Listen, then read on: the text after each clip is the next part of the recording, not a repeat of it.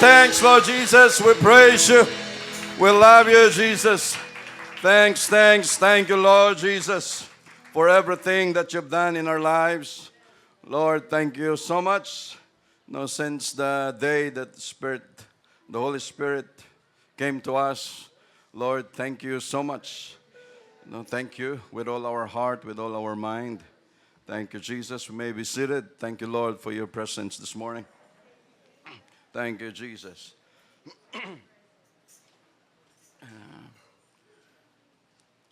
Ang isa sa na-realize ko, lahat naman tayo may realization. But ang isa sa na-realize ko, sabi ko, Lord, babaguhin ko na yung prayer ko. No? Kasi pag ang sitwasyon hindi maganda, para sa atin, ang prayers natin kaagad, Lord, kunin mo na ito. Lord, sana wag yung mangyari sa akin to. Lord, sana kunin mo na kaagad ito. No? Yun ang prayer natin. But I realize na Lord, hindi pala dapat ganun. No? Sabi ko, Lord, palitan ko yung prayer ko that whatever comes in our way, we will never ask you, Lord, to get this thing or get this thing done. No. Kasi kung yan ay nilalagay mo sa harapan namin for us to learn, kahit ang prayer namin, Lord, kunin mo na, walang mangyayari sa prayer natin. But Lord, kung yan man ay nilalagay mo sa harap namin, sa harap ko, for us to learn, so be it. But samahan mo lang kami, Lord Jesus, in every issues, in every battles that we are facing. No, samahan mo lang kami. Kasi magiging useless ang lahat ng prayer ko, prayer natin, kung ang prayer natin kaagad, Lord, take this away from me. You know, wala tayong matutunan sa Diyos pag ganun palagi ang prayers natin. Kasi kung yan naman ay talagang willfully, no, at yan ay plano ng Diyos na ilagay sa harap natin, no, and again, para tayo ay matuto na lalong magtiwala sa Kanya. No, baka after 5 years pa niya, bago kunin yan, kung sa tingin ng Diyos natin, okay na, natuto na siya. No, so sa Kanya lang tatanggalin. Kahit anong prayer natin, Lord, tanggalin mo na. Sige, tanggalin ko yan, pero hindi mo ako makikilala. No, hindi mo ako matututunan.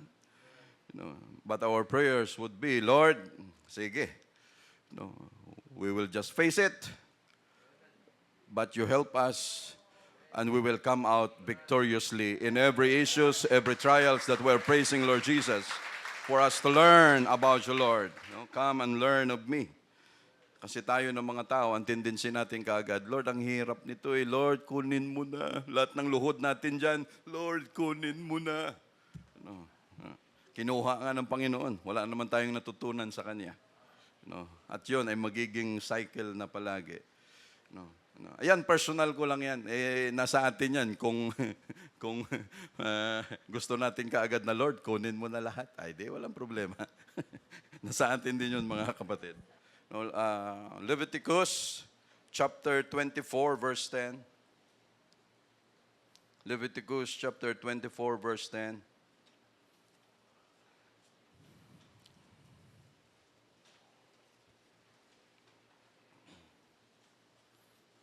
And the son of an Israelitish woman, whose father was an Egyptian, went out among the children of Israel, and this son of the Israelitish woman and a man of Israel strove together in the camp. So isa-isahin natin, mga kapatid, mayroong isang anak na lalaki, itong Israelitish woman, yung babaeng Israelita, no, talagang in-emphasize dito ng Word of God na ang may isang lalaki, yung nanay niya, isang Israelita, at ang kanyang tatay ay Egyptian. No? So makikita na may idea na tayo kaagad. Went out among the children of Israel. So paglabas nila ng Egypt, kasama doon sa lumabas ang hindi lang puro na mga Hudyo, kung hindi pati mga mixed marriages, mixed multitude, na kasama doon sa pag-alis nila sa Egypt, at ito ay isa sa kasama na ang mga Hudyo doon, sa tagal na andun sila sa Egypt, nag-asawa na rin ng mga Egyptian, so naghalo-halo na, mixed multitude, mixed marriages, no, halo-halong mga kasal, iba-ibang lahi. So yun ay kasama sa paglabas nila sa Egypt. And this son, at ang anak na ito ng babaeng Israelita at mayroong isang lalaking Israelita, sila ay nag-away-away doon sa camp, no, kasi nakakamp sila no, nung time na ito, nakapalibot sa tabernacle. So we pray for a while, Lord. Again, we are so thankful for giving us every day the breath of life. Thank you, Lord, for the strength, for the good health, for your guidance and protection every day, Lord Jesus. Thank you so much, Lord God, for all your provisions. Thank you, Lord, for giving us a heart with gratitude to know you more. Lord, always bless your word, and thank you for our brethren andito today. Thank you for the healing that you've given them. Lord, bless your word this morning. Always, Lord, your word will give us edification, will strengthen us, Lord Jesus, and help us to obey the word of God. Lord, we praise you, we love you in Jesus' name. Amen. No? The title of our preaching, tinatanong kanina ni Mia to no, pagpasok niya galing sa klase. Papa, ano ang title? Ano ang title? Sabi ko, anong title, anak? No, sabi niya, basta yung title kasi itatanungin yata kami ni Teacher Owe by next Sunday, may award or reward yata ang makasagot ng title. No? Sabi ko, ganun ba? Sabi ko, mamaya mo na lang pakinggan, anak. No? So, hindi ba siya tulog ngayon? Oh, yun, nagising. no, kasi tatanungin daw sila ni teacher nila. So the title this morning is Emotions, Decision, and the Word of God. No, emotion, decision, at saka salita ng Diyos. No, tingnan natin mamaya, mga kapatid.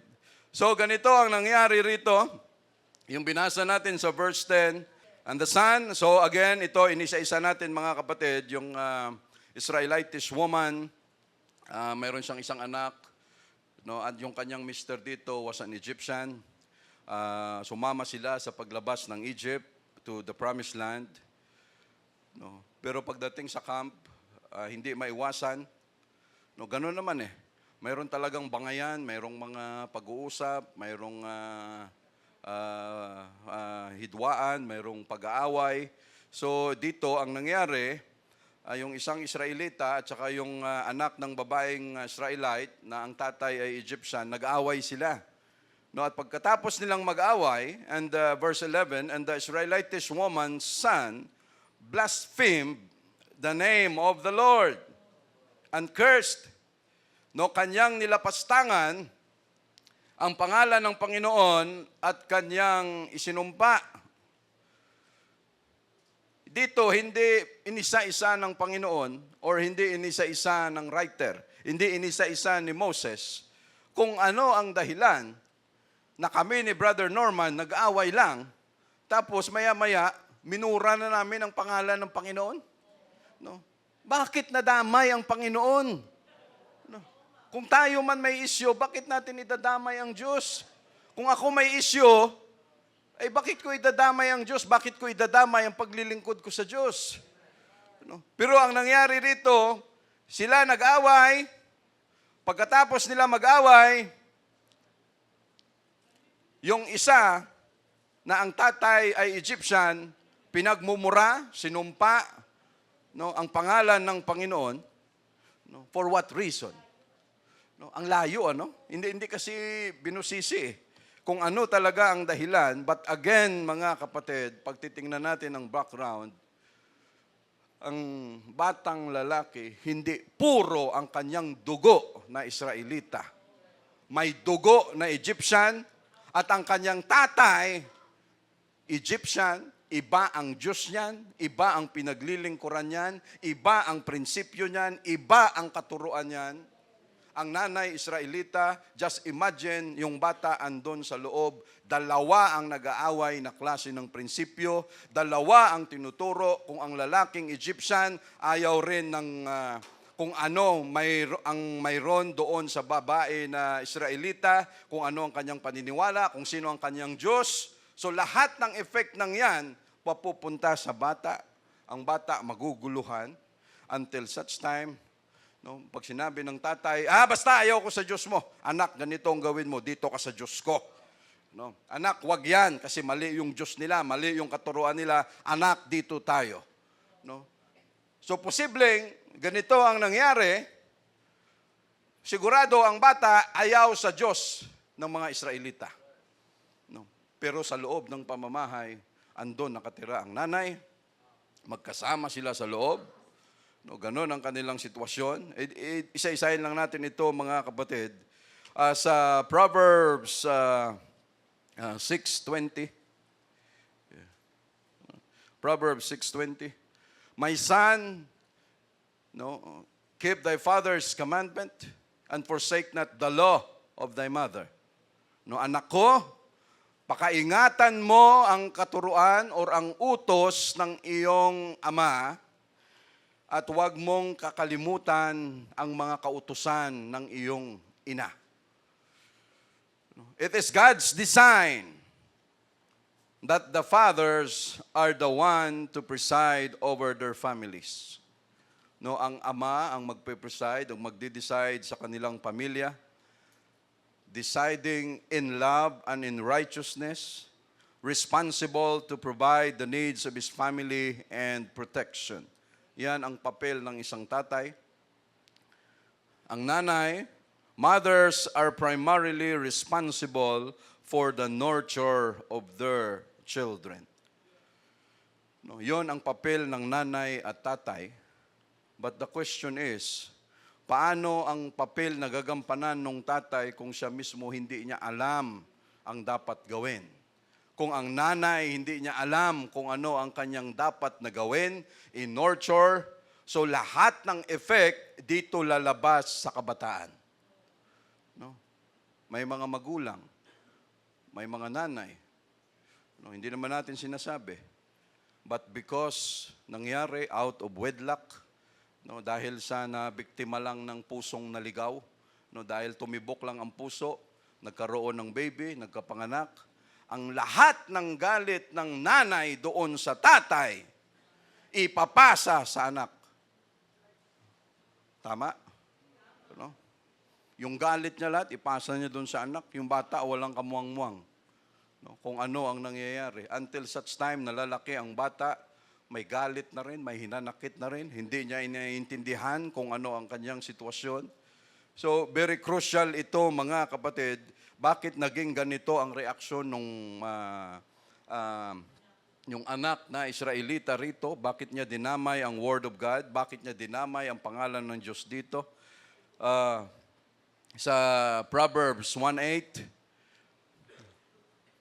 Proverbs 1:8, my son, no, anak ko, hear the instruction of thy father.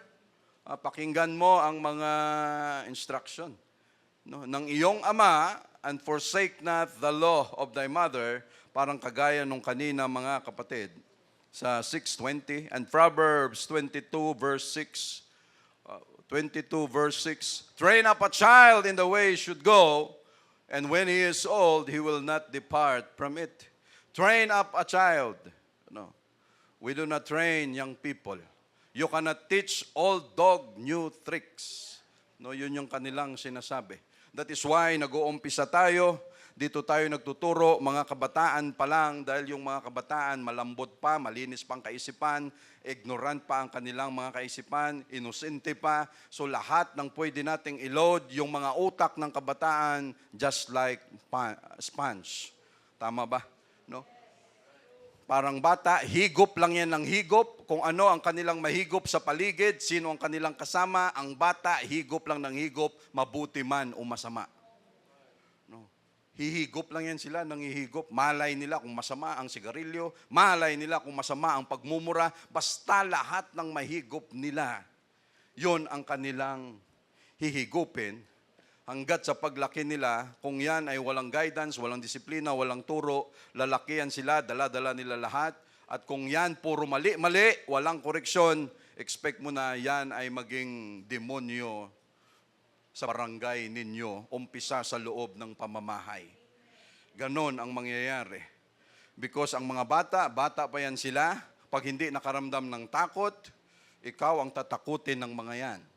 No, ikaw ang paiikutin ng mga yan. Pag ang bata hindi makaramdam ng takot, no, alam na nila kung paano ka paiikutin na ikaw ang susunod until such time na hindi na sila makontrol, uncontrollable na kung ano ang kanilang gustong gawin, yun lang ang papasok sa isip nila. No, so train up a child, bata pa lang, tinuturuan na natin, tinitrain, tinidisipline na natin, kung saan siya dapat patungo, anak, dinidisiplina, tinuturuan, para paglaki mo, maging maayos ka, may paggalang ka sa kapwa mo tao, sa sosyedad, sa kung saan paman, sa Diyos, may pagmamahal ka. Lahat ng yan, anak, yon ang iyong patutunguhan, and when he is old, he will not depart from it. Kahit malaki na siya, hindi mo siya poproblemahin, hindi ka mag-aalala kung saan na siya pumunta, sumama sa boyfriend, pagbalik, iba na yung nangyari sa kanya, hindi mo na makausap, nag-rebelde na, lahat, kung siya loaded ng Word of God at yun ay kanyang pinapakinggan, ano ang sabi niya, yung katuruan na yun, hindi siya aalis doon. No, dahil alam niya na yun ang tama at yun ang kanyang panghawakan, so kahit sa pagtanda niya, hahawakan niya kung ano yung na-train sa kanya. Hindi niya iiwanan yun, mga kapatid. That is why napakamahirap maging magulang. No, lahat ng comfort zone mo. Dati, kung gusto mong kumain, gusto mong gumala, okay lang lahat. Wala kang iniisip. Pero pag nadatnan, nabagsakan ka, ano? May bumaba na isang anghel galing sa langit. Sabi nila, anghel yung baby. No? Andyan sa harapan mo, lahat ng comfort mo, giba kayo pare-pareho. No, yung dating relax, paisi-isi ka lang, lahat ng yan, sa may mga anak dito, alam nila yan. No, giba ang comfort zone mo. No? Sister Cheryl, nakahiga. No, 2:30, madaling araw, nakahiga. Siyempre, may tahi, may hiwa. Alam naman siya magbibit-bit ng bata. No? Walang ginawa ang bata mula pinanganak. Iyak lang ng iyak. No? Buong hospital, bulabog. Paglabas pa lang, iyak na ng iyak. Hindi naman gutom, hindi naman, basta type niya lang yung umiyak. No? No?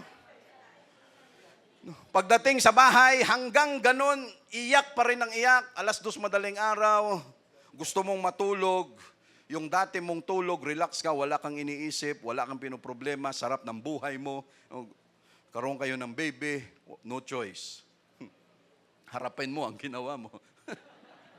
No? 2:00 madaling araw, alam nga naman Sister Cheryl magbitbit, bitbit mo yung bata, awak-awak kung ganun. No?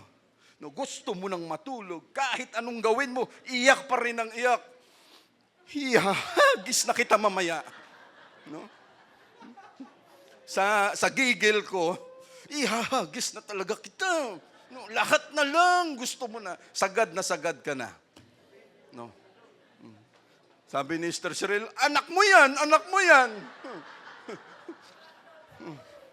No. Hindi madali, mga kapatid. No. Totoo ang sinasabi ng mga magulang, mga nauna sa atin. No. Yun pa lang yun. No.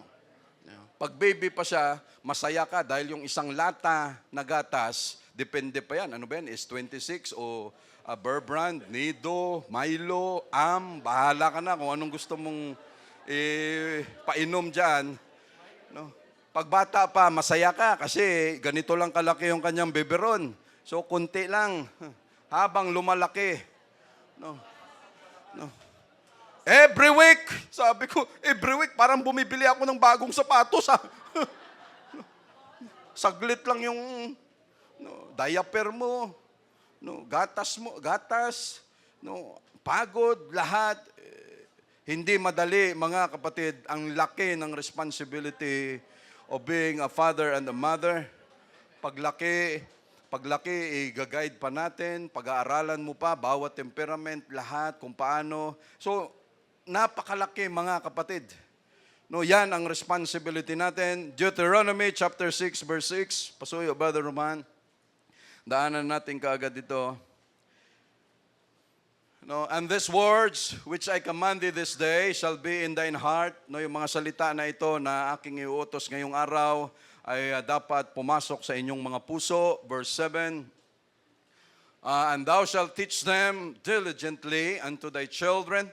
No, mabusisi ang pagtuturo nito sa ating mga anak. And thou shalt talk of them when thou sittest in thine house.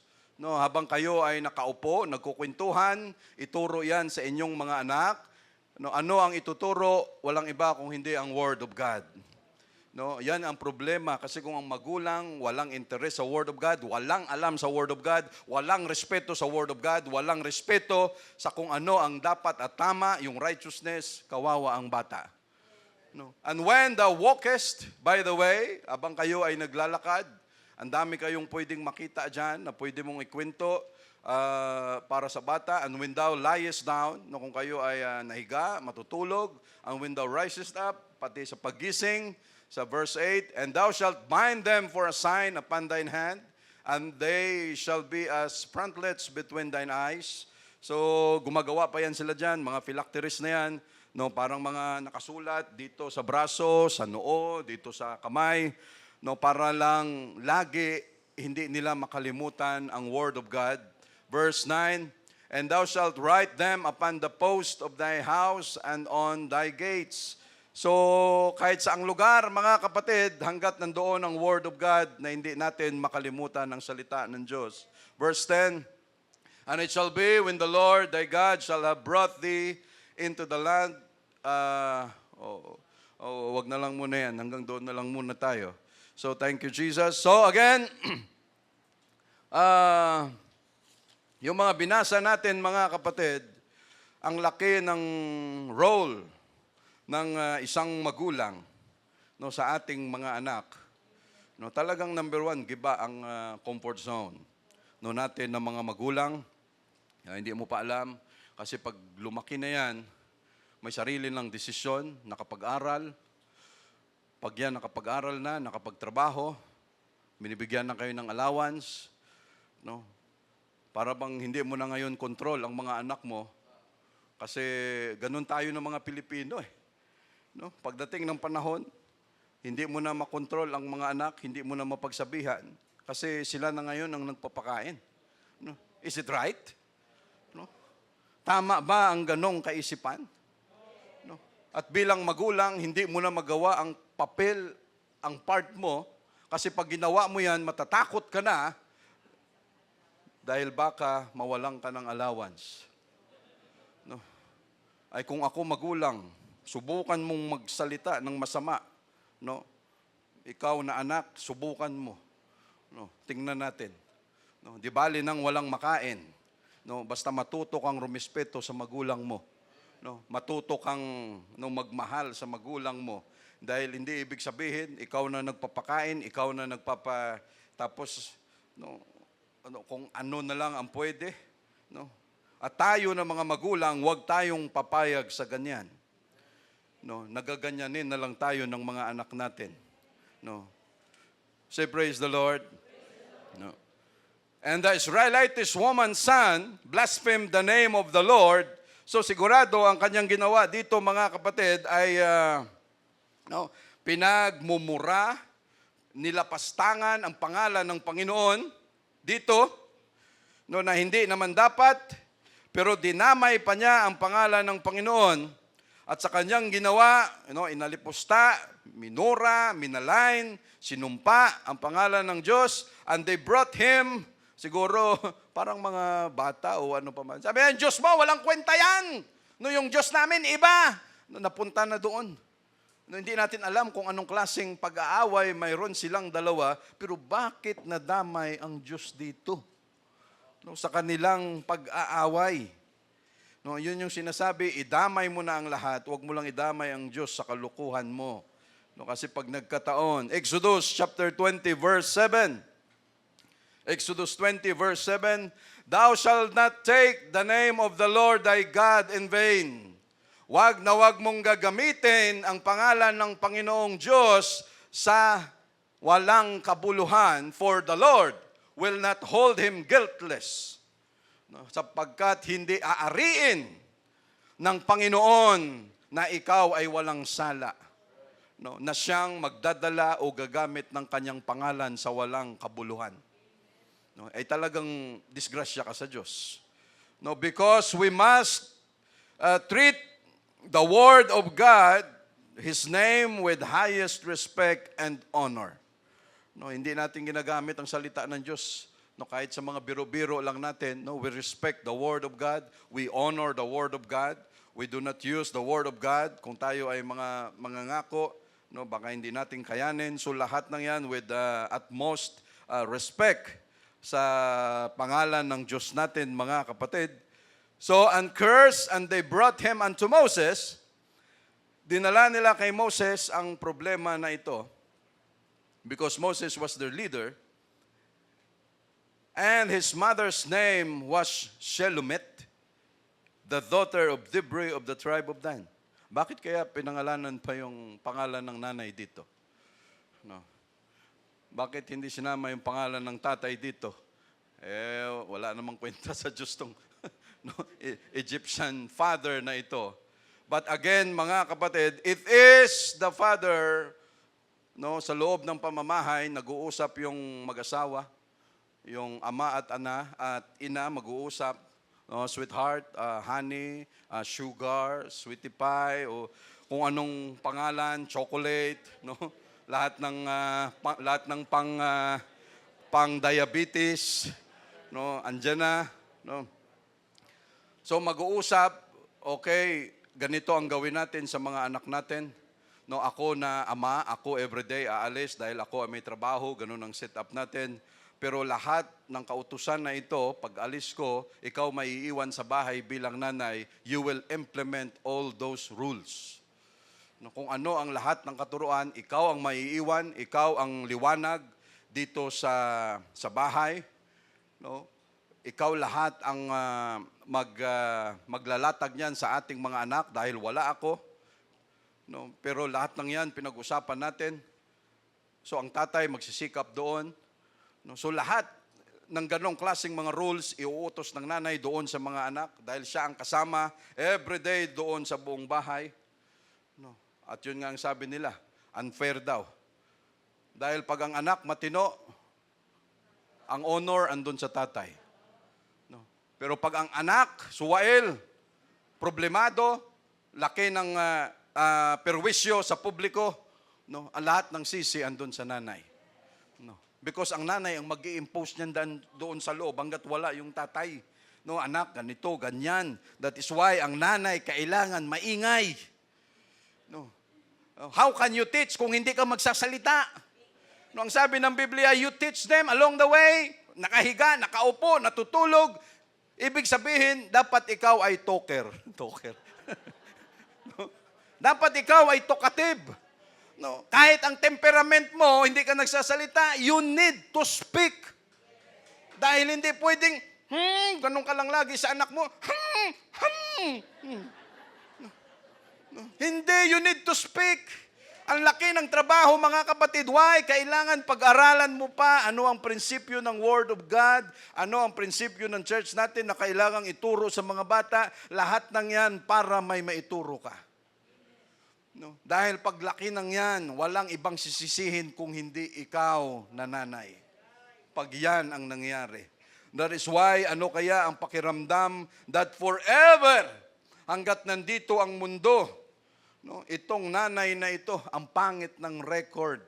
No, na minsan, mayroong isang nanay, yung kanyang anak, pinagmumura ang Diyos, at yung nanay, ang pangalan ay ganito. Grabe, ano? Mabuti sana kung sinabi dyan na ikaw ang pangalan, ikaw ang nanay ni Jesus, ay talaga namang, pero ito, iba.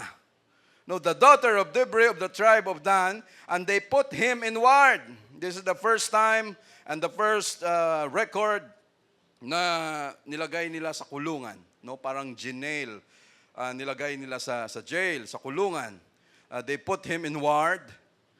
Nilagay muna nila doon that the mind of the Lord might be showed them. Because it is God who will judge, who will decide kung ano ang mangyayari doon sa bata sa kanyang pinagagawa. And the Lord spake unto Moses, saying, Bring forth him that hath cursed without the camp.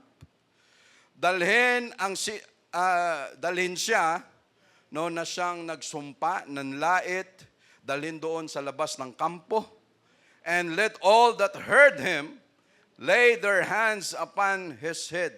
Lahat ng nakasaksi, lahat ng witness, magpatong ng kanilang mga kamay sa kanyang ulo. Lahat ng nakakita, lahat ng nakarinig, and let all the congregation stone him. Emotions, decision, and the Word of God. Do you think it's easy for Moses to instruct these people? Okay, nasaan yung bata? Yung bata may magulang. Yung bata may mga kapatid. Yung bata may kamag-anak. Yung bata may tiyahin, may tiyuhin. May lolo, may lola, lahat andon sa paligid. And then, lahat yun may emosyon. Pwede silang mag-rebelde lahat kay Moses. Pwede nilang patayin si Moses bago pa man mag-decide si Moses para yung bata ma-safety lang. They have emotions. But they need to decide. Kailangan may desisyon. Kailangan may gagawin dahil sa ginawa ng bata. May konsiderasyon. Ano bang dapat gawin? So bago maka-decide, sigurado, kasi hahatulan mo ng death sentence ito. Patay ka ngayon. Brother, bata pa yan. Pakialam ng Diyos. Bata ka man o matanda. Hindi mo pwedeng sabihin na uugod-ugod ka na, diretso langit ka na. Walang uugod-ugod na nakapunta sa promised land. Kung yan lang ang basihan, talagang, sigurado, promised land na ako. Kasi, walang ganun naka-record. Lahat naubos. But ito, mga kapatid, they have emotions. Moses had emotion. But they need to decide kung anong dapat gawin. And they need to decide according to the Word of God. Kailangan mag-decide sila kung anong sinasabi. And this decision na inaantay nila ay manggagaling sa Diyos, ang desisyon na ito, mga kapatid. At ito ang sinabi, Bring forth him that had cursed without the camp. Binasa na natin kanina. Verse 15, And thou shalt speak unto the children of Israel. Ikaw, Moses, sasabihin mo doon, sa bayan, sa mga tao ng Israel, saying, Whosoever curseth his God shall bear his sin. Ang sino mang lumalapastangan, nag-aaliputya, tama ba? Alipusta? Ng pangalan ng Diyos, ay siyang magdadala ng kanyang kasalanan. Verse 16, And he that blasphemeth the name of the Lord, ang lumalapastangan sa pangalan ng Panginoon. Blasphemy. Diyan sa New Testament, magkasala ka lang, pero blasphemy, ano ang sabi ni Jesus Christ sa mga Pariseo na yon? Sabi niya, okay, yung pinagagawa nyo sa akin, wala kayong tiwala, directly, ako ang minamalay nyo rito. Sabi niya, pagbibigyan ko kayo. Okay yan, mapapatawad kayo pag kayo nagsisi. Pero itong ginagawa ko, yung pagpapagaling, nagbuhay ng mga patay, yung mga miracles na ginagawa ko, nilalapastangan at sasabihin ninyo na ito ay gawain ng demonyo, gawain ni Beelzebub, gawain ni Satanas. Sabi niya, yon ay kalapastangan, blasphemy, because alam ninyo na ito ay gawain ng Diyos, tapos sasabihin ninyo na gawain ni Satanas ito. Dito sa atin, mga kapatid, pag may nagre-receive ng Holy Ghost, baptize in Jesus' name, tapos ikaw sasabihin mo gawain ni Satanas yan. Ayan, nagpipreach sila dyan sa pangalan ni Satanas, you are blaspheming the name of our God. At yun ay walang kapatawaran. Why? It is a direct insult, direct na paglapastangan sa Diyos natin mismo. And number one, sino tayo para gawin yan sa Diyos natin? No? Na siya ang naglikha sa atin, tapos mumurahin natin siya, lalapastanganin natin siya. No, sino kaya tayo sa harapan ng Diyos? But God is merciful.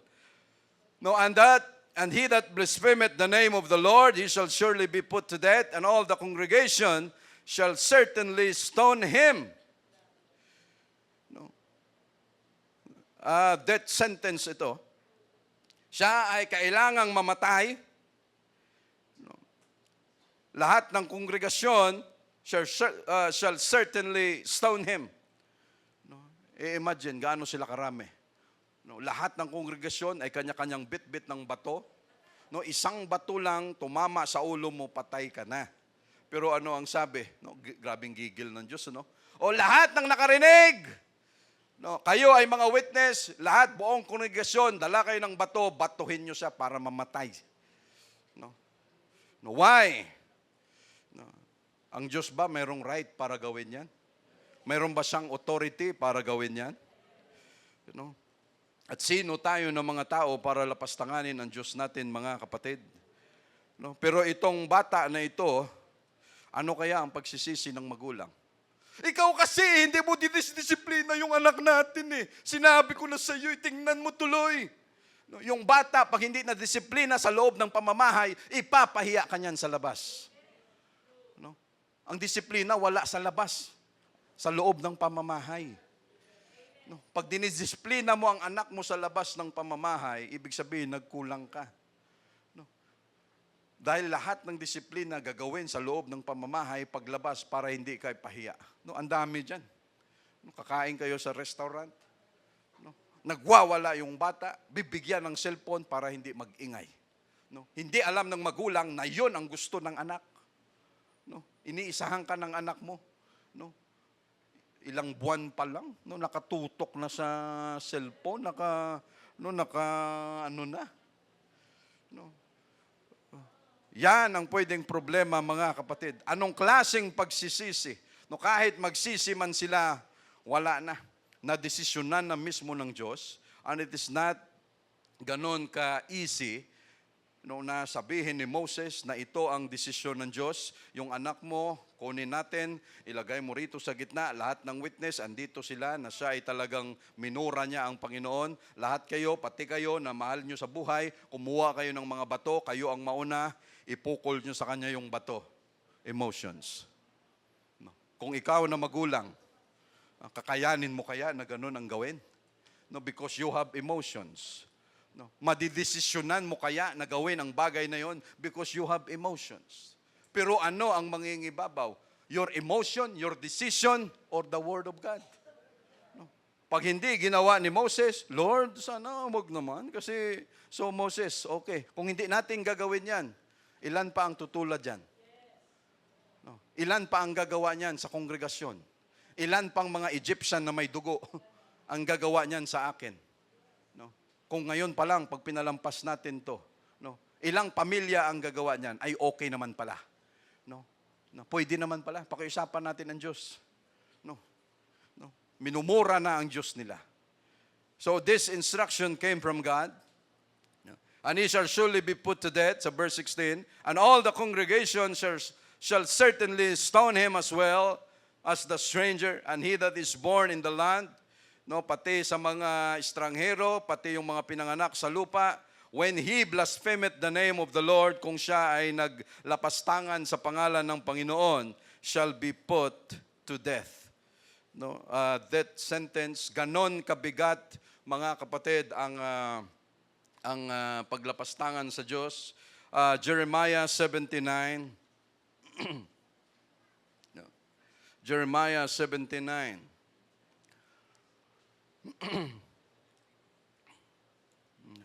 The heart is deceitful above all things and desperately wicked. Who can know it? No, ang puso ay magdaraya o sadyang madaya ng higit kaysa sa lahat ng mga bagay. At totoong masama, sinong nakakaalam? No, only God. No, ano ang sabi niya? Ako ang Panginoon, ako ang sumisiyasat sa verse 10.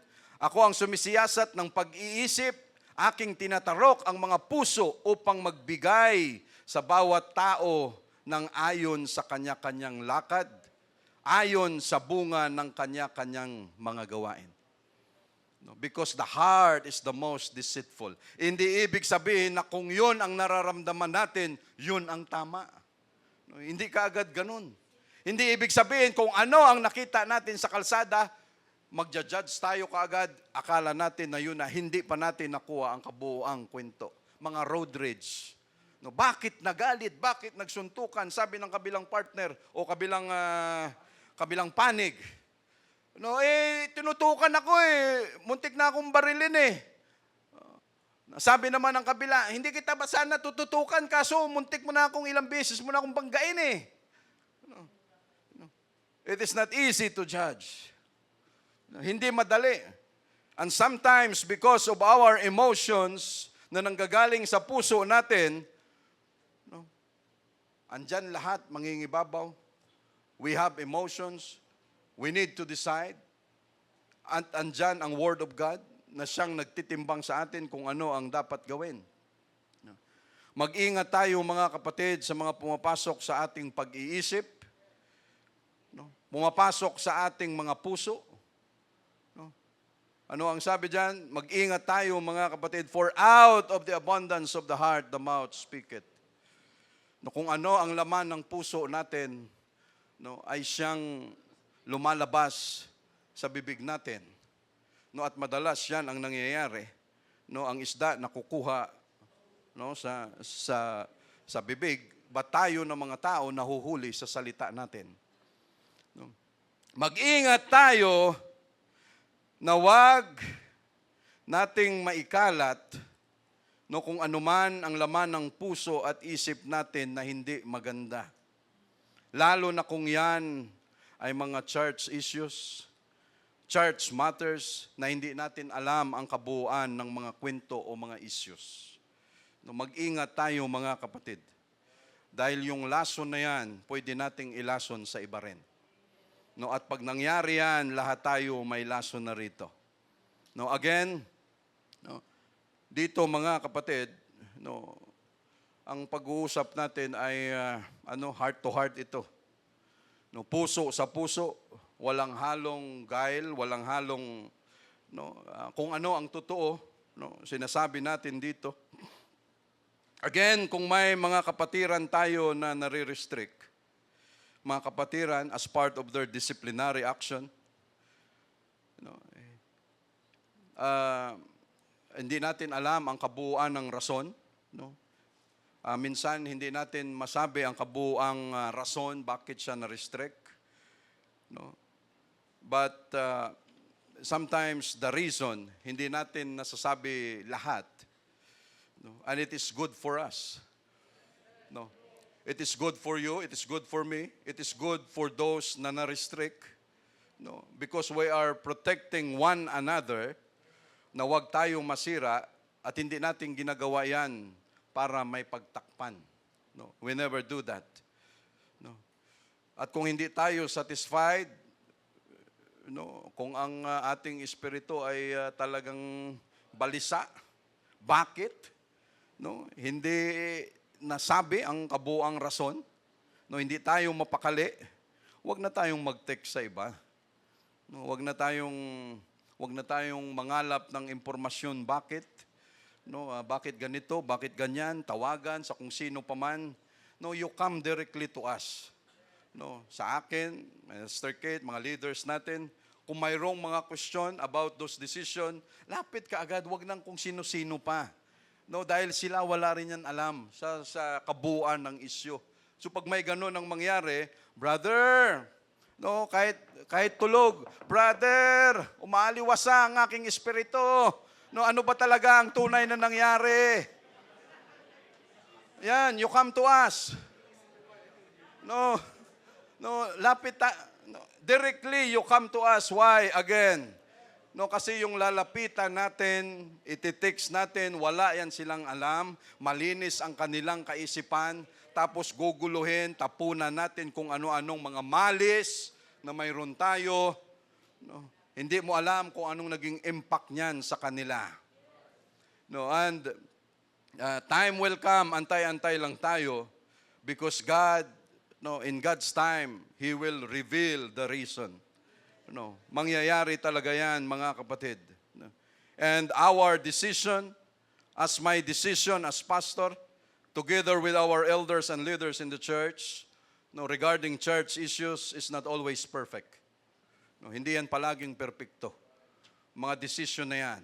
But we guarantee, no, to all of us, that our decisions are always based on love. No? Hindi ako nag-speech dito. No? No, always based on love, deeper understanding, and care for every soul. No? Yan ang katotohanan, mga kapatid. Of every brethren, we did not decide base lang sa gigil. We do not decide base lang sa personal. Kung mayroon mang personal na galit, hindi tayo nagde-decide ng ganon, mga kapatid. No, o kami sa tao, mga leaders natin, okay, mag-usap-usap tayo, ako may gigil ako sa kanya, brother, so pwede i-restrict natin siya. No? No. Walang ganong usapan. No.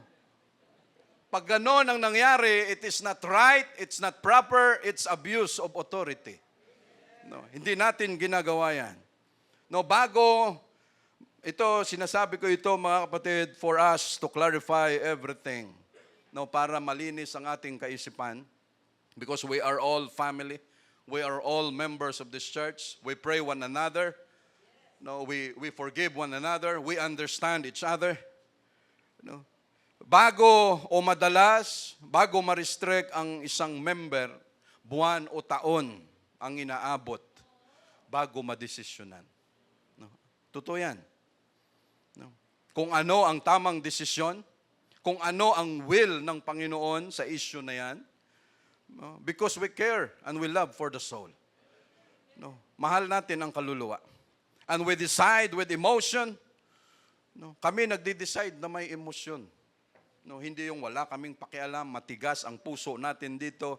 No, we never decide sa ganong klaseng bagay. But we decide accordingly with our emotion and in accordance with the principles of the Word of God. No, every time we decide, no, Lord, ano ba ang tamang desisyon dito? Lord, ano ba?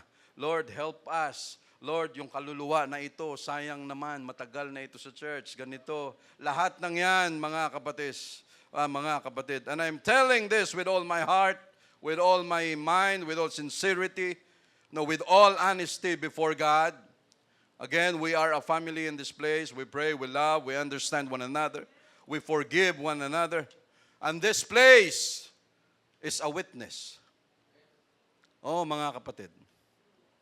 No. Sa bawat desisyon na ginagawa sa lugar na ito. No. Because every soul is important. No, bawat desisyon dinudulog natin sa Diyos. And honestly, no, yung lugar na ito, no, is a witness of our tears. Lord, ano ang tamang desisyon? Lord, you help this soul. Lord, alalayan mo ang kaluluwa nito. And this place is a witness. Hindi yan dinidesisyonan na parang wala tayong pakialam sa kapwa natin. No, we have all emotions. We need to decide and we have the Word of God. No, this church is not mine. No, nor any one of us. No, hindi ko simbahan ito, hindi ko pag-aari ito, nor any one of us here. Hindi natin pag-aari ang simbahan. But we are the church. Ang church ay atin. No, at ang ating chief shepherd, which is Jesus Christ, ito ay kanyang simbahan. No, iba-iba ang ating pinanggalingan, but God entrusted us all to keep His church healthy. No, iba-iba man ang ating trabaho sa church, responsibilities, obligation, but lahat tayo ay pinagkatiwalaan ng Diyos na maging healthy ang church niya, ng mga kapatid, so that sa kanyang pagbalik ay may madatnan siya na church na matino. No, we have different responsibilities, obligation. Walang permanente na posisyon sa church, mga kapatid. No. Ito ang katotohanan. No. Ako, nakailang years pa lang naman ako sa ministry. And one thing I realized na yes, no, bilang pastor, minsan pa-relax-relax lang. That is true. No, physically, pa-relax-relax lang. Minsan, pakuya-kuya-kuy lang. And that is really true. But one issue arise. I'm not joking. Isang issue lang ang dumaan. It can kill me. No? Hindi ako nagbibiro, mga kapatid. Hindi ako kumukuha ng simpatya or anything. But I'm telling this, no, para magkaintindihan tayo lahat, that every decisions in our church, we do it with love, with all understanding. We care so much for the soul. Dahil yon ang hinahanap natin na lahat ng kaluluwa hindi mapunta sa impyerno. No. No, yan ang gusto nating mangyari, mga kapatid. No, and I realize, no, again, pa-relax-relax, pakapiga-piga dyan, pakuya-kuya-kuy. But one issue will arise. Again, it can kill me or any one of us here na involved sa issue. Why? We have emotions. And because of that emotion, that problem will give us stress. No? Because every situations, every problems, every issues in the church, sino ang sasalo niyan? Dito sa leadership. No? Pag nakagawa ng mali ang member, sino ang mag-aayos? Ang leadership. No, hindi tayo nanunumbat. Ganon talaga ang nature ng church natin. No? So isang problema lang, isang issue lang na mabigat. Because we, leaders, elders, pastor, we have also emotions. No, habang dala-dala ang issue na yan, dahil may emotion ka, tataas ang blood pressure mo. No? You will have stress. Tataas ang cholesterol mo. Hindi ka makatulog ng maayos. No? Tataas ang sugar mo. Lahat. Why, mga kapatid? In order to decide what is the right decision, Lord, ano ang dapat gawin, mayroon tayong emosyon, involved tayo lahat dyan, mga kapatid. No? At pag yun ang nangyari, hindi yan ganun kadali, kakaisip. Minsan, because of our emotions, but still we need to decide at sa decision na yan. Mga kapatid, parang minsan gusto mong atakihin sa puso. No. Why? Because we have emotions. Mahal natin yung tao. No. Brother, parang ang dali-dali sa inyo mag-decide na may marirestrict ka. No. Akala mo lang yun. No. Bago madesisyonan yan, sangkatutak na luha. Sangkatutak na pagtatanong sa Diyos, Lord, help us na hindi kami magkabali na leaders dito because any decision, kami rin ang haharap, kami ang magsusolder, kami ang mag-a-absorb ng lahat ng yan kung mali ang desisyon, kami ang mananagot niyan sa Diyos natin. That is why it is not easy, mga kapatid. No, at hindi tayo humingi ng simpatya, pero ito heart-to-heart talk, no, yung para maintindihan natin, mga kapatid, because from time to time, we understand the concern of our brethren, the issues of our brethren, that there are times na hindi nasasabi ang kabuuan, ang rason, no, bakit may nare-restrict, na para bang ang dali mag-restrict ng mga kapatiran na andito sa loob, kaysa sa mga bumabalik, hindi sila nare-restrict. Sigurado, may mga tanong tayo sa kaisipan natin yan. No? Tapos itatanong pa natin sa kapwa natin dyan. Itatanong natin sa kung kani-kanino, na sila wala rin kaalam-alam. Nung tinanong natin, sila naguluhan na rin sa kanilang kaisipan. Oo nga, no? Bakit kaya? No? Faithful naman yung tao. No, bakit ni-restrict? No, binigay niya naman ang kanyang buhay niya, bakit ni-restrict? Nagpapakatino naman, bakit ni-restrict?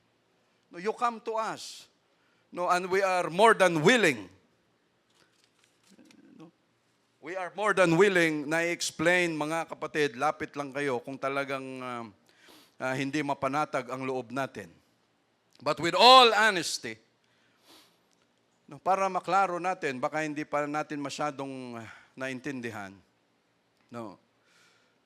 With all honesty, and again, we have emotions, but we need to decide on every issues of the church, and we decide according to the Word of God.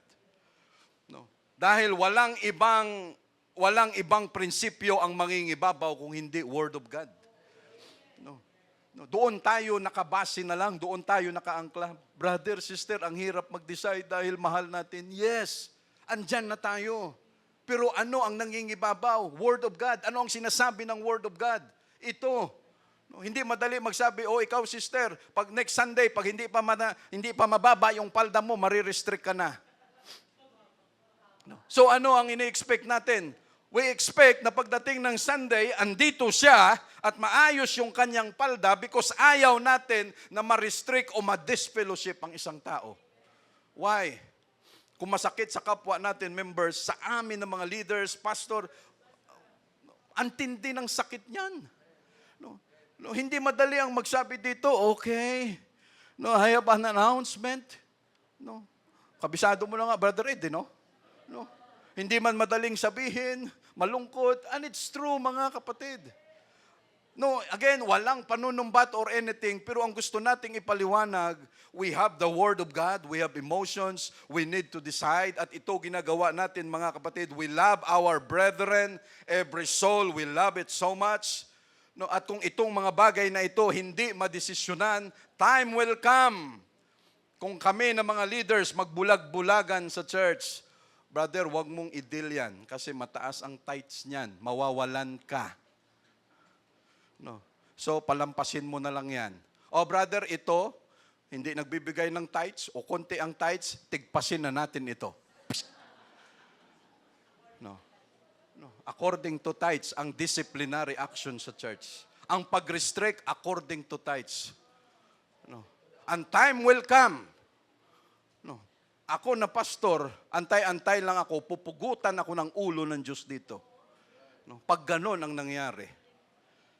No.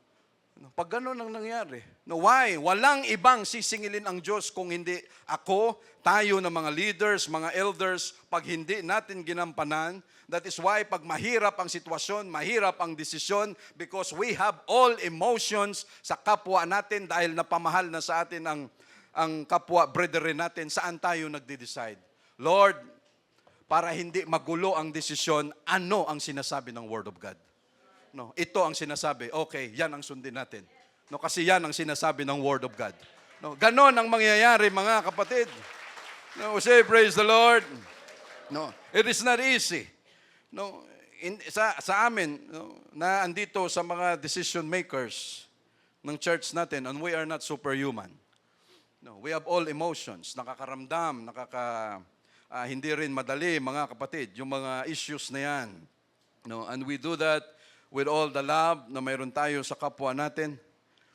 No, at hindi masaya. No, hindi masaya na pag may nare-restrict, may nadi-disfellowship, hindi tayo masaya dyan, mga kapatid. No, sa mga bagay na yan. But again, no, we must check our heart. We must check our spirit. We must check our soul. Pag may kapatiran tayo na bumabalik at itatanong, brother, bakit siya hindi na-restrict? No, again, no, yung desisyon na yan, no, pinag-iisipan din yan ng leaders. No, no, pinag-uusapan, no, ano ang mga issues, no, nung umalis dito yan, ano ang kanyang sitwasyon, bakit siya bumalik, no, may bit-bit na, may hatak-hatak na, bakit yan hindi ni-restrict? Kami na andito sa loob, mabilis kaming ma-restrict dito. No. No. We must check our heart. Why? Pag ganon ang takbo ng puso natin, remember the elder brother of the prodigal son. No. No. Klaro, mga kapatid. No, kunti na lang. No. No. Diyan tayo mag-ingat. Why? No.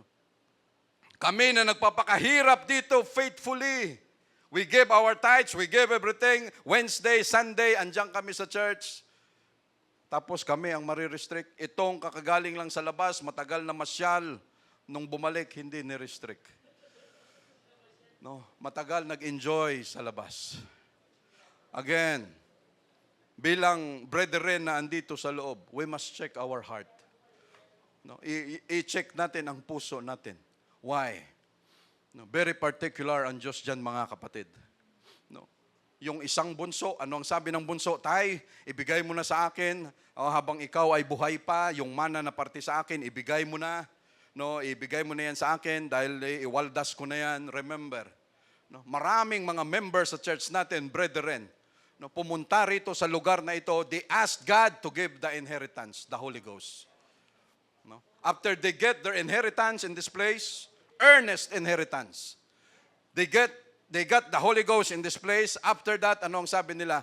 Ayaw na namin, doon na kami sa labas kasi nakuha ko na ang inheritance ko. Nakuha ko na ang Holy Ghost. Sa tingin nila, sapat na. And then lahat ng kanilang gagawin sa labas, iwawaldas nila spiritually, lahat dahil akala nila may Holy Ghost na sila, na saved na sila, okay na. Lahat gagawin nila spiritually until such time, pagdating doon sa labas, no, naubos na yung Holy Ghost na yan. And they became a slave of sin. No? Yung bunso na yan, no? Anong nangyari sa kanya? He became a slave. No? Slave of sin. No? Wala na siyang makain. No, lahat tinanggalan siya. Ultimo sapatos tinanggal sa kanya. Because ang isang slave, pag ikaw ay naging slave, tatanggalan ka ng mga sapatos mo because you are not a free man anymore. No, lahat ng yon, mga hikaw mo, mga singsing mo, lahat ng yan. Until such time, dahil sa bugbog ng sitwasyon, sa tindi ng kanyang pinagdaanan, sa labas, naubos na ang Holy Ghost, naubos na ang kanyang lakas, nahigop na lahat, he became a slave of sin, spiritually, wala na siyang magawa, bugbog na siya ng mga sitwasyon, nakaisip, nag-decide, because of affliction in his, physically, binugbog siya ng sitwasyon doon. Ano ang sabi ni Paul sa 1 Corinthians? Sabi niya, okay, daanan lang natin saglit. 1 Corinthians, pasuyo, Brother Roman. 1 Corinthians chapter 5, verse 4 and 5. In the name of our Lord Jesus Christ, when you are gathered together, and my spirit with the power of our Lord Jesus Christ, so verse 5, to deliver such one or such an one unto Satan for the destruction of the flesh, that the spirit may be saved in the day of our Lord Jesus Christ. No? Ang sabi nga dyan, ultimo prayer for that man, for that woman, ay stop muna. No? Itigil lahat ng yun. Why?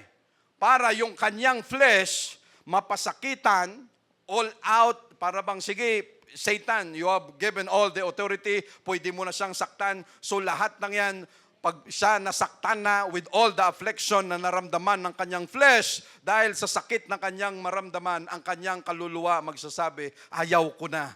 Nagkamali, nagkasala ako, babalik na ako. No, at sa kanyang pagbalik, sabi ni Paul dyan sa 1 Corinthians, pero pagdating sa 2 Corinthians chapter 2, verse 6 to 7, pasuyo, Brother Roman, sufficient to such a man and is this punishment which was inflicted of many.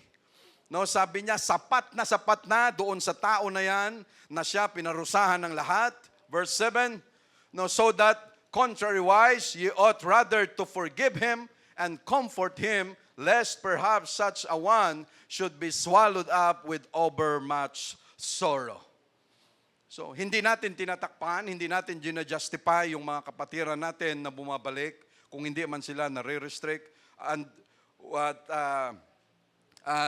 case-to-case basis, mga kapatid, pinag-uusapan yung mga desisyon na yan. No? Naiinggit ba tayo pag sila hindi nare-restrict? No? Tapos tayo manggigigil dito sa loob. No, bakit lahat ng nare-restrict andito sa loob? Yung bumalik, hindi nare-restrict, may bit-bit na, may dala na. No? Ito ang gusto nating i-point, mga kapatid, that they come back from the world because na-realize nila that they need God. No?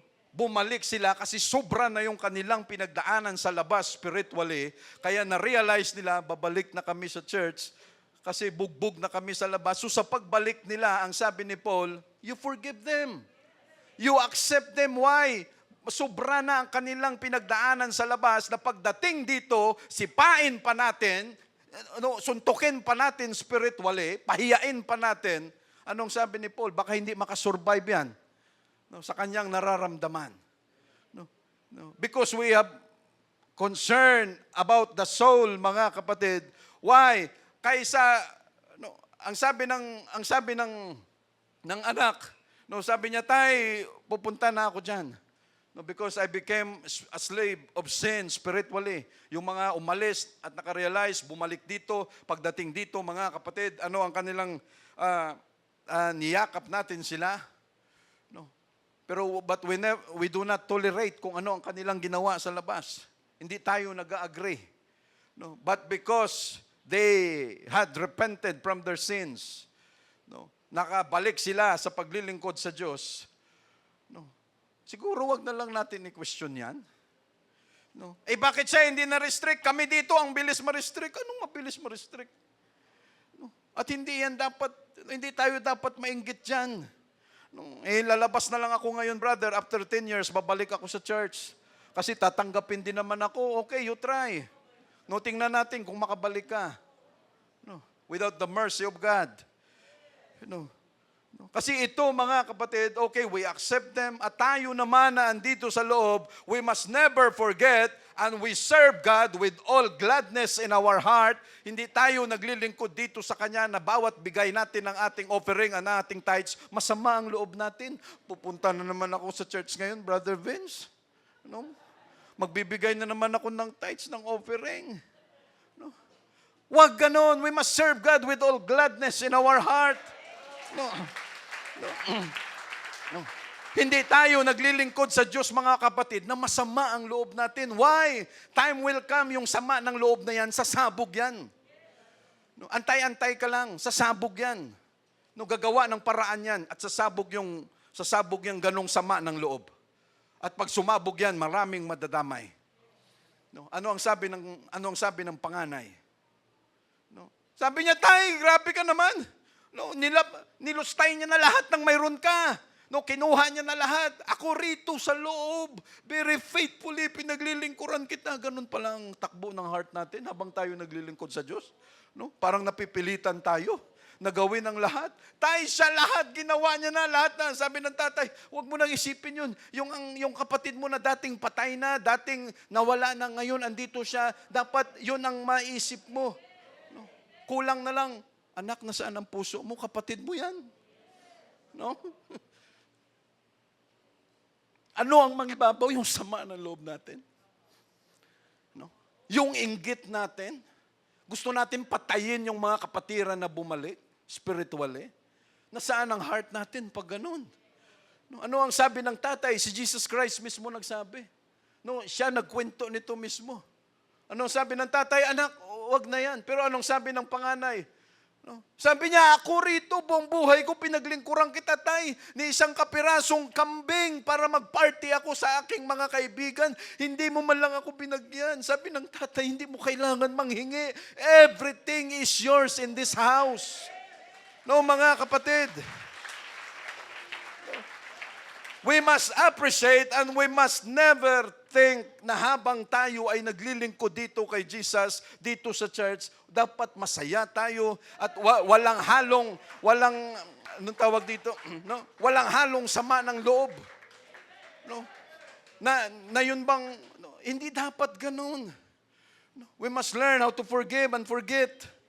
No? Hindi kailangan personalin. Why, mga kapatid? Hindi importante, no, ano ang sabi ng tatay, no, ano kaya? No, kaya sabi ni, pagdating dyan sa dulo, bakit ito ginawa ni Jesus Christ na kwento? Because ang mga Pariseo ay kapareho ng anak na lalaki na ito na panganay. Yung kanyang thinking. No? Bakit ka nakikisama dyan sa mga masasama? Bakit sa sinner nakikisama ka dyan? No, ganon ang takbo ng kanyang kaisipan.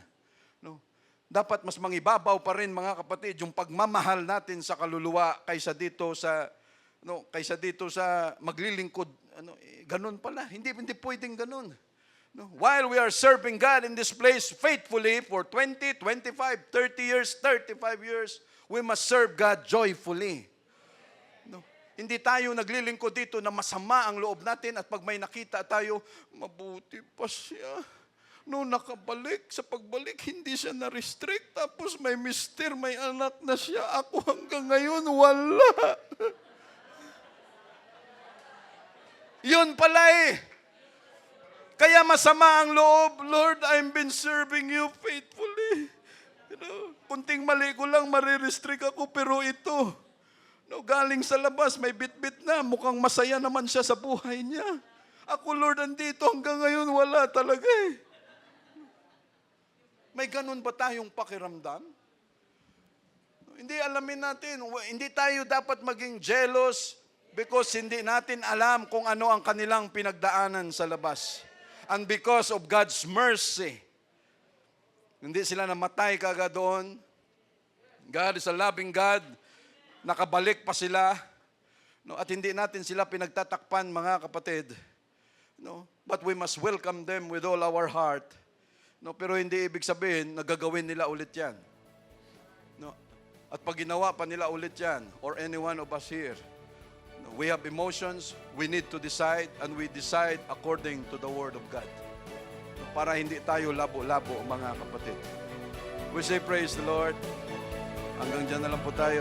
Thank you, Jesus.